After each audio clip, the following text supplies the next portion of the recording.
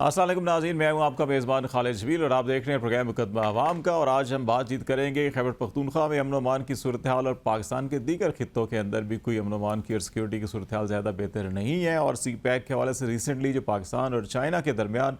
मुज़ाकरात हुए हैं उसमें चीन ने भी सिक्योरिटी के हवाले से खदशात का इज़हार किया, जिसके बाद पाकिस्तान की वजारत दाखिला में बड़े अहम इजलास हुआ और फिर प्राइम मिनिस्टर की सदारत में एपेक्स कमेटी जो नेशनल एक्शन प्लान पर अमल दरामद के लिए बनाई गई थी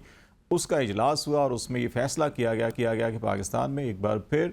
एक नया ऑपरेशन शुरू किया जाएगा, जिसको ऑपरेशन अज़्म इस्तेकाम का नाम दिया गया है। पाकिस्तान में अगर हम पिछले कोई 15-20 साल की अगर हिस्ट्री उठा के देखें तो एटलीस्ट को 12 बड़े ऑपरेशन जो है हो चुके हैं। इसके अलावा हमने मुतअद्दिद बार कोई 5 या 6 बार जो है कि मुख्तलिफ ग्रुप जो हैं जो दहशत गर्दी के अंदर इन्वॉल्व हैं या जो रियासत के ख़िलाफ़ महाज खड़ा करके काम कर रहे हैं उनके साथ हमने अमन मुआहदे भी किए, लेकिन ताहाल हमारे जो ये मामलात हैं वो ठीक नहीं हो पा रहे। नेशनल एक्शन प्लान 2014 में बनाया गया था, जिसमें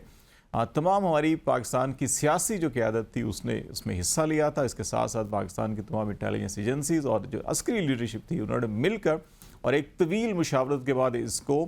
तैयार किया गया, लेकिन शायद उसके ऊपर उस अंदाज में अमल दरामद नहीं हो सका कि आज एक बार फिर हमें दोबारा उसी सूरत हाल से रजू करना पड़ रहा है। और लेकिन इस सारी सूरत हाल के अंदर जो अपोजिशन और बिलखसूस खैबर पख्तूनख्वा में जहाँ हुकूमत पाकिस्तान तहरीक इंसाफ की है वो इस ऑपरेशन की मुखालफत कर रहे हैं। और इसके साथ साथ जमीयत उलमा इस्लाम मौलाना फजल रहमान जो है वो भी इसकी मुखालफत कर रहे हैं और उनका ये ख्याल है कि इस मामले का सियासी हल निकाला जा सकता है और इसको बग़ैर मुशावरत के और पार्लिमान की मंजूरी के बगैर जो है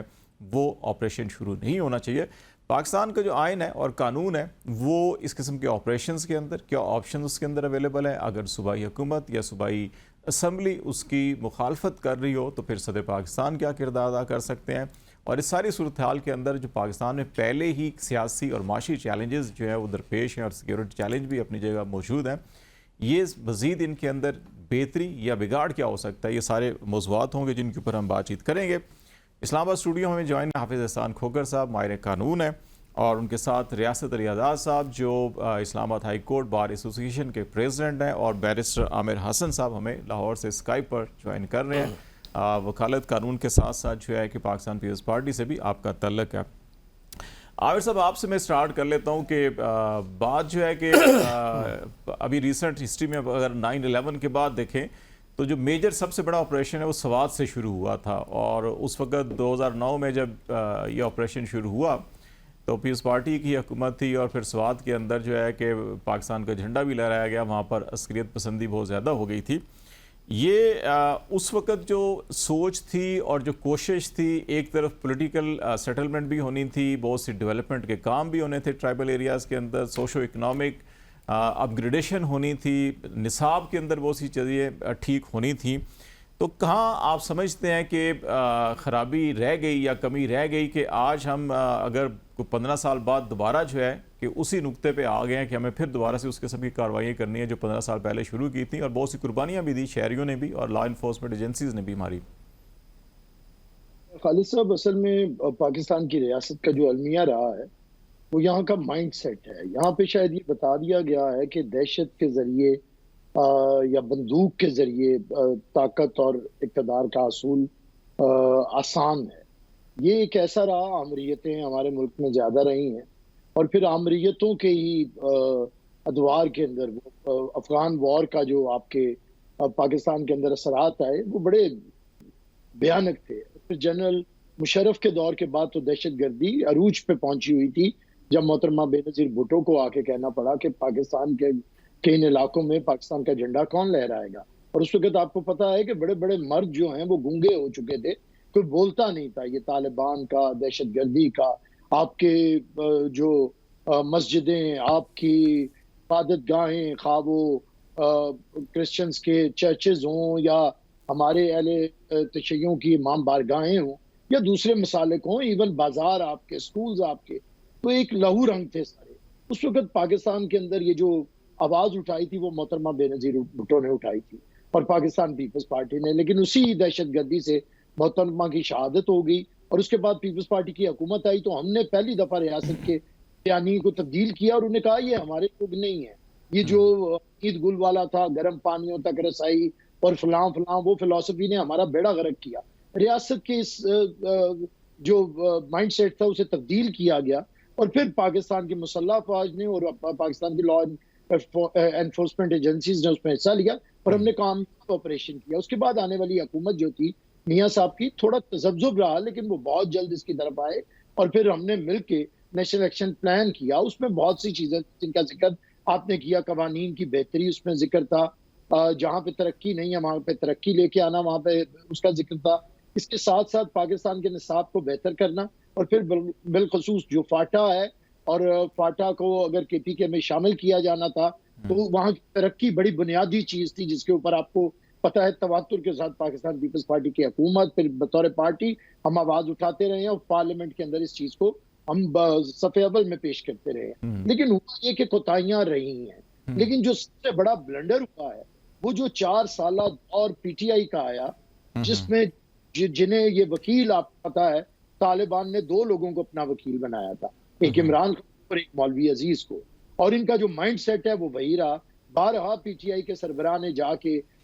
तालिबान के हक में वहां पे एहतजाज किया हुकूमत के खिलाफ और वही माइंड सेट इनका रहा है। फिर इस 4 साल दौर के अंदर जिस तरह अदालतों ने जिन्हें फांसी की सजाएं दी थी, सजाए मौत दी थी, उन्हें सदर पाकिस्तान ने एक कलम की जुम्बिश से उन्हें आजाद किया और इससे उन्होंने अपने क्रेडिट पे लिया कि हमने हजारों लोगों को हम अफगानिस्तान से वापस लेके आए हैं, हम हजारों लोगों को लेके आए हैं, इनसे डायलॉग। भाई जब रियासत ने फैसला कर लिया कि इनके साथ ऑपरेशन होगा और उन्होंने भी फैसला कर दिया कि हमने डायलॉग, पहले हमने डायलॉग किया था आपको याद होगा स्वात के अंदर, लेकिन जब कामयाब नहीं हुआ फिर ऑपरेशन हुआ। तो जब रियासत एक फैसला कर चुकी थी तो बगैर उसे पार्लियामेंट के अंदर डिस्कस किए या पाकिस्तान के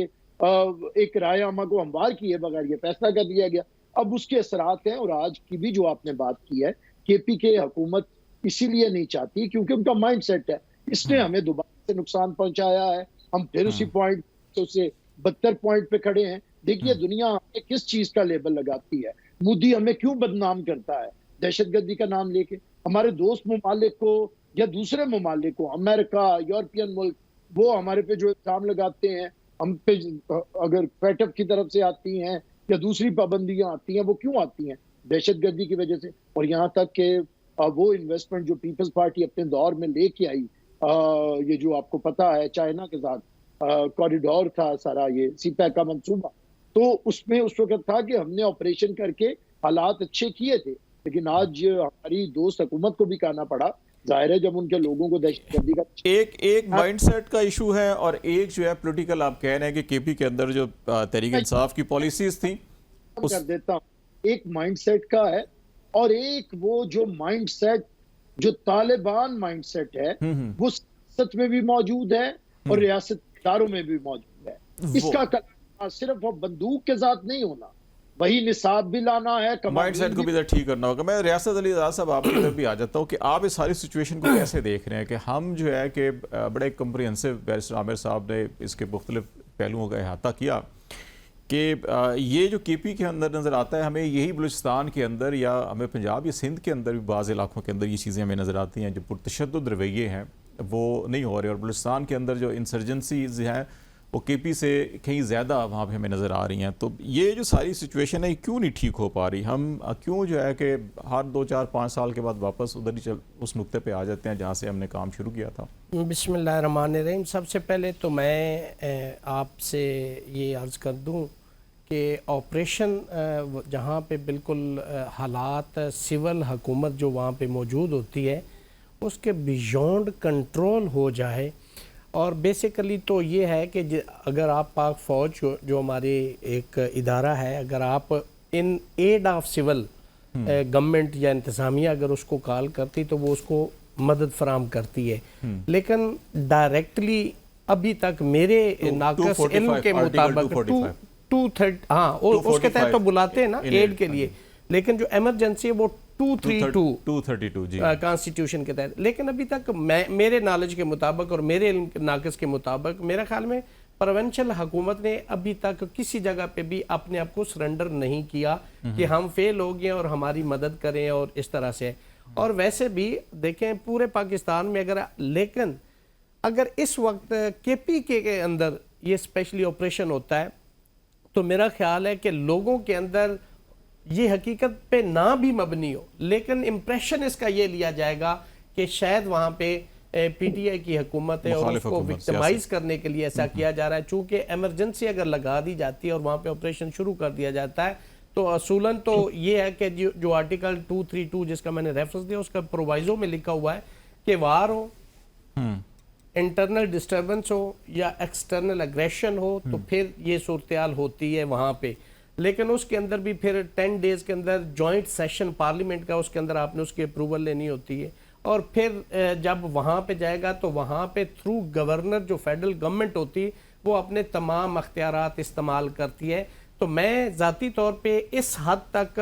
मेरी तहफ़्फ़ुज़ात समझ लें या मेरी एक सोच कह लें, मैं समझता हूँ कि पहले ही हमारे मुल्क के अंदर बड़ी तलखी है, पॉलिटिकल पार्टीज़ के अंदर भी और लोगों के अंदर भी, चूँकि हम पंजाबी, सिंधी, बलोची और उसमें बटे हुए हैं। मैं समझता हूँ कि इसका कोई नुकसान ना हो जाए, ये मैं डरते हुए ये इसलिए गुफ्तगू कर रहा हूँ कि ये बड़ा सेंसिटिव जमील भाई इशू है, तो इसको बड़े एहतियात के साथ लेके जाना है। मैं ऑपरेशन के किसी के भी उस तरह से खिलाफ नहीं हूँ अगर किसी जगह पे, लेकिन जो प्री रेक्विजिशन है कॉन्स्टिट्यूशन के अंदर दी गई है, अगर आप उसको करते हैं, अगर वहाँ की सूबाई हुकूमत वहाँ पे कंसेंट नहीं देती तो मैं समझता हूँ कि ये फिर एक इख्तलाफी बात और फिर इससे बहुत सारे दिल आज़ारियाँ और तलखियाँ मज़ीद जन्म लेगी, जो कि मुल्क के अमन के लिए और मुल्क की मईशत और तरक्की के लिए मैं समझता हूँ कि वो मुनासिब नहीं ठीक हो जाएंगे। एहसान साहब आपकी तरफ भी आ रहा हूँ कि ये जो एक नुकता बैरिस्टर आमिर साहब ने किया, एक रियासत साहब का लीगल जो है कि उसका नुकता था कि दो उसमें ख़ास तौर पर 232 और 245 कि आप कहीं भी अगर अफवाज को इस किस्म के ऑपरेशंस में लेकर आते हैं तो फिर आपको जो सिविल इंतज़ामिया है उसकी रिक्वेस्ट होनी चाहिए, और जो दूसरा ऑप्शन है कि इमरजेंसी का, तो उसके अंदर यह है कि या तो सूबाई असम्बली की करारदाद हो तो उसके ऊपर आ सकती है, अगर सदर मुमलिकत अज खुद इमरजेंसी नाफिज करते हैं तो फिर उस ऑर्डर को जो है कि आपको पार्लियामेंट के अंदर नेशनल असम्बली भी और सेनेट में भी 10 दिन में मंजूर करवाना होगा। तो ये जो खदशा जाहिर कर रहे हैं रियासत साहब कि लीगल रिक्वायरमेंट अगर आप पूरी नहीं हो सकती, और के पी गवर्नमेंट या पार्टी जो है वो तो अपोज कर रही है कि नहीं, हालात ऐसे नहीं है कि वहाँ पे ऑपरेशन अभी किया जाए, अभी पहले इसको पार्लियामान के फोरम के ऊपर सारी सिचुएशन को डिस्कस किया जाए और फिर फैसला किया जाए। तो ये क्या नज़र आता है आपको कि ये सिचुएशन जो है कि कंट्रोवर्शियल हो सकती है, या इसको एक नेशनल अप्रोच के साथ, जैसे नेशनल इलेक्शन प्लान के तहत कार्रवाई हुई उसको सब ने ओन किया, अगर कोई ओन नहीं करता तो विदाउट एक अवाम की या पार्लियामान की या मुतलका सूबे की असम्बली की ओनरशिप के बगैर अगर कार्रवाई होती है तो फिर क्या वो मुफीद होगी या नुकसानदेह होगी? बिस्मिल्लाहिर्रहमानिर्रहीम। खालिद भाई आपका शुक्रिया। नंबर एक तो ये है कि जो नेशनल एक्शन प्लान है ये पूरे मुल्क के लिए है, और जब ये बनाया गया था उस वक्त भी पाकिस्तान की सारी पॉलिटिकल पार्टीज़ इकट्ठी थी और उसी वक्त ही डिसाइड किया गया था। उसमें चाहे पीपल्स पार्टी थी, PMLN की गवर्नमेंट थी, आपको याद होगा कि आर्मी पब्लिक स्कूल का एक इंसिडेंट आया था, उसके बाद तमाम स्टेक होल्डर्स बैठे और उन्होंने 20 पॉइंट्स को एग्री किया। अब जो 20 पॉइंट्स हैं ये पाकिस्तान के किसी प्रोविंस रिलेटेड सेंट्रिक पॉइंट नहीं है, और ना ही ये पाकिस्तान आर्मी स्पेसिफिक है कि जिसके अंदर आप ये कहें कि जी शायद आर्मी की जो है वो आर्टिकल 245 के अंदर आपने उसको कॉल ऑन करना है, या आर्टिकल 232 है कि जिसके अंदर आपने कोई एमरजेंसी लगा के इंटरवीन करना है। ये 20 पॉइंट्स हैं क्या हैं? वो 20 पॉइंट, सबसे बड़ा पॉइंट ये है कि जिसके अंदर आपने इस मुल्क की जो लॉ इन्फोर्समेंट एजेंसीज़ है उनकी कैपेसिटी बिल्डिंग करके उन्हें एम्पावर करना है कि जो इस मुल्क के अंदर एक्सट्रीमिज़म है या टेररिज्म है उसके ख़िलाफ़ वो लड़ सकें और एक शील्ड के तौर पे काम कर सकें। फिर उसके अंदर ये है कि आपने अपने क्रिमिनल जस्टिस सिस्टम को ओवरऑल करना है, जिसमें पुलिस भी है, जिसमें आपने जुडिशरी की स्ट्रेंथ भी बढ़ानी है, प्रोसिक्यूशन बेहतर करनी है, विटनेस प्रोटेक्शन करनी है। फिर उसके अंदर एक मॉरिटेरियम था कि जिसके अंदर आपके एक दौर था कि जिसके अंदर आपने डेथ सेंटेंस जो थी उसको आपने हेल्ड इन अबेंस किया हुआ था, उसकी एक रिवाइवल थी। फिर मिलिट्री कोर्ट्स के अंदर आपने लोगों को ट्राई करना था जो आपके हीनियस ऑफेंसेस के अंदर या रियासत के खिलाफ लड़ रहे हैं, अमेंडमेंट भी की गई थी जिसके अंदर 21st कॉन्स्टिट्यूशन अमेंडमेंट भी की गई। उसके बाद उसकी दोबारा उसको जो है 22nd अभी उसके अंदर आई जब 2 साल का सनसेट क्लॉज ख़त्म हुई। अब इसको अगर आप देखा जाए, फिर आपका सोशल मीडिया था, फिर आपका जो है कि आपने फाटा के अंदर डेवलपमेंट करनी थी, बलूचिस्तान के अंदर जाना था, पंजाब के अंदर जो एक एक्सट्रीज्म कल्चर है स्पेशली साउथ पंजाब के अंदर आपने उसे करना, उधर एक यूनानिमस था जिसके अंदर तमाम पॉलिटिकल पार्टीज इकट्ठी थी। अब हुआ उसके अंदर ये कि 14 के बाद इसकी जो फॉलो अप हुआ वो एक कशमकश चलती रही, जिसके अंदर आपकी पॉलिटिकल ऑन गोइंग एक स्ट्रगल थी यहाँ पे इस मुल्क के अंदर, और सूबे मरकज़ ये वो चल रहा था, और वो जिन चीज़ों पे काम करना था या जो आपके डिज़ायर्ड रिजल्ट से वो आपके हासिल ना हुए। फिर 2019 के अंदर जो पीटीआई के उस वक्त के फॉर्मर प्राइम मिनिस्टर थे, उन्होंने इसके ऊपर मीटिंग कॉल की, जब ये सारी चीज़ें दोबारा जो है क्रॉप अप हुई, उस वक्त भी ये तय हुआ कि इसके बेहतरी करने की गुंजाइश है और इसको टाइम बाउंडेड पे जाना चाहिए। फिर उसके बाद 2021 के अंदर मीटिंग हुई। अब ये है कि जो अब अज़्म इस्तेहकाम के नाम से गई है, ये कोई ऐसा मिलिट्री ऑपरेशन नहीं है कि आपने पूरी फौज लेके कहीं चले जाना है या आपने लॉ इन्फोर्समेंट एजेंसीज को लेके चले जाना है। ये वो चीज़ें हैं कि जिसके अंदर आपके सारे जो स्टेट इंस्टीट्यूशंस हैं, जिसके अंदर आपकी एग्जेक्टिव भी है, आपकी पार्लियामेंट भी है, आपकी जुडिशरी भी है, आपकी पॉलिटिकल पार्टीज़ भी हैं, और उसके अंदर आपकी लॉ इन्फोर्समेंट एजेंसीज हैं, उन्होंने इस मुल्क को जो इस मेंस के अंदर आया हुआ है, चाहे आपका एक्सट्रीमिज़म है, टेररिज्म है, चाहे आपकी लॉलेसनेस है, रूल ऑफ लॉ है। चूँकि अब आप ये देखें ना कि मुझे ये बताएं कि क्या हमारे मुल्क के अंदर जो रूल ऑफ लॉ का या क्रिमिनल जस्टिस का इंडेक्स है, आप उसे समझते हैं कि वो आम आदमी की एक्सपेक्टेशंस के मुताबिक है? क्या इस सिचुएशन के अंदर इस मुल्क के अंदर फॉरेन डायरेक्ट इन्वेस्टमेंट आ सकती है? इस मुल्क के अंदर कारोबार हो सकता है? इस मुल्क के अंदर आपका फेज 2 जो सी पैक है, जिसके अंदर बुनियादी कंसर्न सिक्योरिटी शो की गई है, क्या इस मुल्क के अंदर लोगों को, और ये उसी कंसर्न के नतीजे में अब ये सारी बात की जा रही है, वरना हम भी खामोश बैठे थे कुछ अरसे से। मैं आपसे यही गुजारिश कर रहा हूं कि अगर आप 24 दिसंबर 2014 को बना और आज हम बैठे हुए हैं 2024 के अंदर, तकरीबन 10 साल के अंदर, तो हमारी इसके अंदर अचीवमेंट्स क्या हैं? आप वो सारे इंडेक्स देख लें तो 2014 के, आपने उसके अंदर जो मिलिट्री कोर्ट्स बनाई, उसके अंदर जिन लोगों को आपने ट्रायल किया, आज भी उनकी appeal supreme court of Pakistan के अंदर पेंडिंग है। आज भी आपका क्रिमिनल जस्टिस सिस्टम 1898 और 1860 के ऊपर चल रहा है और आपने जस्टिस सेक्टर के अंदर इन्वेस्ट नहीं किया। आज भी आपका सोशल मीडिया जो है वो आपके लिए एक ऐसा जिन बन चुका है कि जिसके अंदर आपके मुल्क के अंदर एक्सट्रीमिज्म और आपके मुल्क के अंदर जो है टेररिज्म जो है उसको फरोग दिया जा रहा है। क्या मुल्क के अंदर पुलिस को आपने बेहतर किया? क्या नेक्टा जो आपने ऑर्गेनाइजेशन बनाई उसको बेहतर किया? तो मैं ये समझता हूं कि हर चीज को देखना चाहिए एक बड़े पैराए के अंदर, और उस बड़े पैराए के अंदर यह है कि नेशनल एक्शन प्लान पाकिस्तान की रियासत की जरूरत है, पाकिस्तान के इदारों की जरूरत है, पाकिस्तान की पॉलिटिकल पार्टीज की जरूरत है। पाकिस्तान को आगे बढ़ाने के लिए जरूरत यह है कि अपने हम घर को ऑर्डर के अंदर लेके आए। अगर हम अपने घर को ऑर्डर के अंदर नहीं लेके आएंगे, इस अनार्की के अंदर ना इस मुल्क के अंदर सेटिस्फेक्शन आ सकती है, ना फ्रस्ट्रेशन कम हो सकती है, ना इन्वेस्टमेंट आ सकती है, और ना ही आपके मुल्क के ऊपर को ट्रस्ट करेगा। और इसकी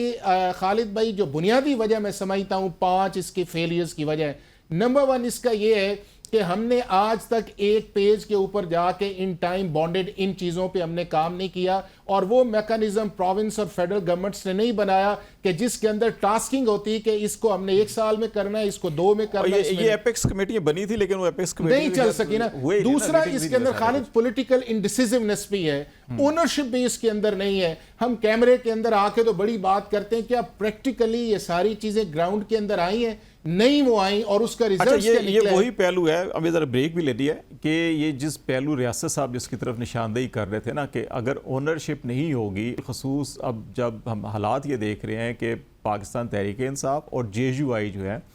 वो इकट्ठे मिल बैठे हैं एक नुक्ते के ऊपर कि एक तो पार्लिमान के अंदर जद्दोजहद करेंगे। एक अच्छी बात यह है कि वो कह रहे हैं कि पार्लिमान को वो एक इम्पोर्टेंस दे रहे हैं, और दूसरा जो है कि उनके पेश नज़र अभी ये भी है कि वो पब्लिक के अंदर भी जाने की प्लानिंग कर रहे हैं। तो जब ये ओनरशिप नहीं होगी, और अगर 2 ऐसी जमातें जो KP के अंदर दोनों के पास स्ट्रीट पावर भी है, वो अगर साथ नहीं होंगी तो फिर ये कितनी हद तक कामयाब होगा, ये क्या मसाइल पैदा होंगे, बड़ा अहम नुकता है। इसके ऊपर हम ब्रेक ले लेते हैं, ब्रेक के बाद वापस आते हैं तो फिर अपने एक्सपर्ट ओपिनियन इनसे लेंगे। नाज़रीन हमारे साथ रहिएगा।